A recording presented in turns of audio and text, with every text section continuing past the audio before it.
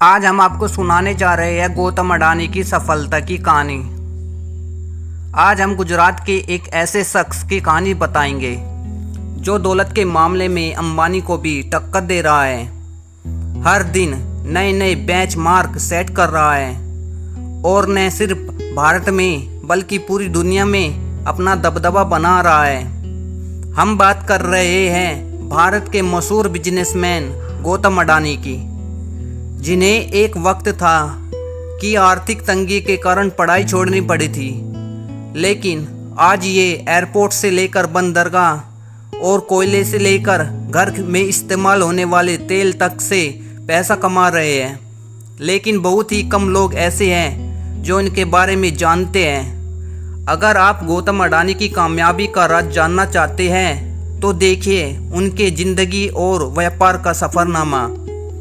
गौतम अडानी यूं तो रिलायंस इंडस्ट्री के संस्थापक धीरूभाई अंबानी की ही तरह पहली पीढ़ी के बिजनेसमैन हैं, लेकिन आज उनकी नेटवर्थ बाकी उद्योगपतियों से कहीं ज़्यादा है, क्योंकि एक डायलॉग है जो गौतम अडानी ने सिद्ध किया है कि कोई भी धंधा छोटा या बड़ा नहीं होता और धंधे से बड़ा कोई धर्म नहीं होता। अब हम ऐसा इसलिए कह रहे हैं क्योंकि समय के साथ अडानी को जो भी धंधा मिला उन्होंने उसे पूरे मन से किया और सक्सेस होते चले गए। लेकिन उनके फर्श से अर्श तक पहुंचने तक का सफ़र काफ़ी कठिनाइयों से भरा हुआ है। इनका जन्म 1962 में अहमदाबाद के एक आर्थिक रूप से कमज़ोर परिवार में हुआ। पिता का छोटा सा काम था, लेकिन कुछ खास नहीं चल रहा था। ऐसे में वक्त के साथ आर्थिक हालात और बिगड़ते चले गए, जिसकी वजह से गौतम अडानी को अपनी पढ़ाई को बीच में ही छोड़नी पड़ी और काम के लिए हाथ पैर मारने पड़े। इसी बीच वह बड़े शहर में बड़ी उम्मीद लेकर कम उम्र में ही मुंबई आ गए, जहां शुरुआत में तो काफ़ी संघर्ष पड़ा, लेकिन कुछ वक्त के बाद उन्हें एक डायमंड सप्लायर के वहां नौकरी मिल गई। 3 सालों के बाद काम करने के बाद उन्हें समझ में आया कि ज़िंदगी में करना क्या है, इसलिए वह नौकरी छोड़कर अपना काम शुरू किया और जेवरी बाजार में डायमंड ब्रोकरी की शुरुआत की। गौतम अडानी को अपनी ज़िंदगी का राय पता था, यानी वो काम क्यों कर रहे हैं, इसलिए उन्होंने जी तोड़ मेहनत की और कम उम्र में ही धंधा दौड़ा दिया। लेकिन उनकी किस्मत चमकी 1981 से, जब उनके बड़े भाई ने उन्हें अहमदाबाद बुलाया। दरअसल भाई ने सामानों को लपेटने वाला प्लास्टिक की एक कंपनी खरीदी, मगर वो चल नहीं रही थी, क्योंकि जो कच्चा माल चाहिए था वो ज़रूरत के हिसाब से नहीं मिल पा रहा था। बाहर देशों से कच्चे माल को इंपोर्ट करना पड़ता था। ऐसे में इसे एक अवसर के तौर पर देखते हुए अडानी ने कांडला एयरपोर्ट पर प्लास्टिक ग्रेन्यूल्स का आयात शुरू किया और 1988 में शुरू की अडानी एक्सपोर्ट, जिसका नाम बदलकर बाद में अडानी इंटरप्राइजेज कर दिया गया। इसमें धातु, एग्रीकल्चर प्रोडक्ट और कपड़े की कमोडिटी ट्रेडिंग होती थी। काम चल पड़ा तो कुछ ही सालों में ये कंपनी और अडानी इस बिजनेस से बड़ा नाम बन गया और फिर 1994 में अडानी इंटरप्राइजेज को शेयर बाजार में लिस्ट कर दिया गया। फिर साल आया 1995 का। ये वो साल था जिसने आज उनके इस मुकाम तक पहुंचने की नींव रखी, क्योंकि इस वक्त गुजरात सरकार पोर्ट डेवलपमेंट के लिए प्राइवेट कंपनी की तलाश कर रही थी।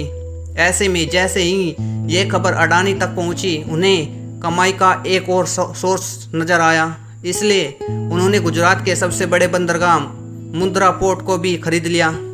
मुंद्रा पोर्ट को खरीदने के बाद 1998 में गौतम अडानी ने अडानी पोर्ट्स और लॉजिस्टिक कंपनी की शुरुआत की। वैसे इस बंदरगाह की खासियत के बारे में बताए तो करीब 8000 हेक्टेयर में फैला ये पोर्ट आज भारत का सबसे बड़ा निजी बंदरगाह है और इस पोर्ट से पूरे भारत की लगभग 1/4 माल की आवाजाही होती है। साथ ही यह जगह स्पेशल इकोनॉमिक जोन के तहत बना है, तो प्रोमोट कंपनी को कोई टैक्स भी नहीं देना पड़ता। इस जोन में power plant, private rail line और एक प्राइवेट एयरपोर्ट भी है। वैसे यहाँ गौर करने वाली बात है कि आज अडानी समूह देश के प्रमुख इंफ्रास्ट्रक्चर ग्रुप में से एक है। उनकी अडानी पोर्ट देश की सब बड़ी पोर्ट मैनेजमेंट कंपनी है और गुजरात, महाराष्ट्र, गोवा, केरला, आंध्र प्रदेश, तमिलनाडु और ओडिशा जैसे 7 समुद्री राज्यों में इनके 13 डोमेस्टिक पोर्ट हैं। अब जैसे जैसे समय गुजरता गया, अडानी खुद को ग्रो करते चले गए। वो लोगों के रसोइये में पहुंच गए, फॉर्चून के द्वारा। वही फॉर्चून जिसका रिफाइन ऑयल आज हर घर में सुबह शाम दिन रात इस्तेमाल होता है।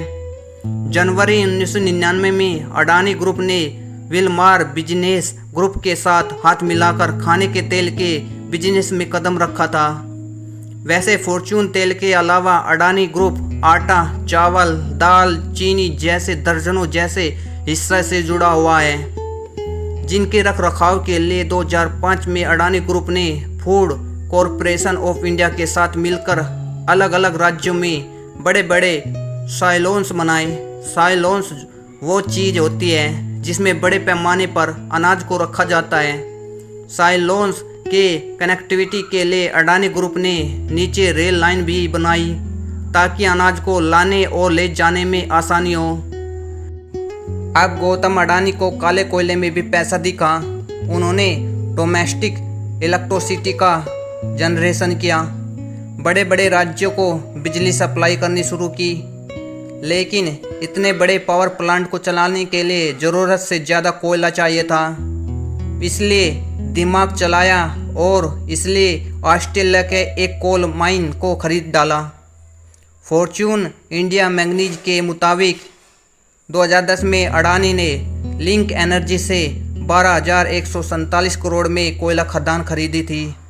इस खदान में 7.8 बिलियन टन के खनिज भंडार हैं, जो हर साल 60 मिलियन टन हर साल कोयला पैदा कर सकती है। इस तरह इंफ्रास्ट्रक्चर की कमी से इंडोनेशिया में मौजूद तेल, गैस और कोयले के लिए अडानी ग्रुप ने साउथ सुमात्रा से कोयला ढुलाई के लिए $1.5 अरब निवेश करने की घोषणा की। उस समय इंडोनेशिया इन्वेस्टमेंट अथॉरिटी ने बताया था कि अडानी ग्रुप 5 करोड़ टन की क्षमता वाले एक कोल हैंडलिंग पोर्ट का निर्माण करेगा और साउथ सुमात्रा आइलैंड की खदानों से कोयला निकालने के लिए 250 किलोमीटर/सेकंड रेल लाइन बिछाएगा। इसी तरह अडानी अपना कारोबार फैलाते गए और पैसा अकाउंट में आता चला गया। जिस अडानी साम्राज्य का कारोबार 2002 में $76.5 करोड़ था, वो 2014 तक आते आते $10 अरब हो गया।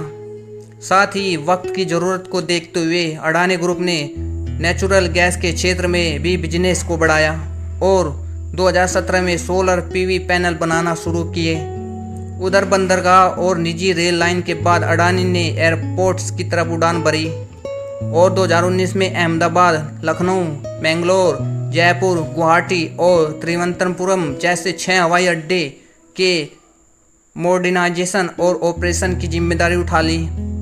अब अगले 50 सालों तक अडानी ग्रुप इन सभी एयरपोर्ट का ऑपरेशन, मैनेजमेंट और डेवलपमेंट संभालेगा। वहीं मुंबई इंटरनेशनल एयरपोर्ट लिमिटेड में भी अडानी ग्रुप के पास 74% की हिस्सेदारी है और ये बताने की ज़रूरत नहीं है कि भारत में मुंबई एयरपोर्ट दिल्ली के बाद देश का सबसे बड़ा एयरपोर्ट है। वैसे जिस तरह सुंदर आकार लेने से पहले सोने को खूब तपाया जाता है, ठीक उसी तरह गौतम अडानी को भी जीवन में कई तरह का ताप झेलना पड़ा। उनका सामना कई तरह के विवादों से हुआ, लेकिन उन्होंने सबसे पार पाया और एक सबसे अलग मुकाम हासिल किया, जिसका नतीजा है कि आज गौतम अडानी का कारोबार पूरी दुनिया में फैला हुआ है। उम्मीद है गौतम अडानी की यह सक्सेस स्टोरी आपको ज़रूर पसंद आई होगी। दोस्तों, यदि यह स्टोरी आपको पसंद आई जाए तो प्लीज़ चैनल को सब्सक्राइब और लाइक कर दीजिए और कहानी को शेयर ज़रूर करना। धन्यवाद।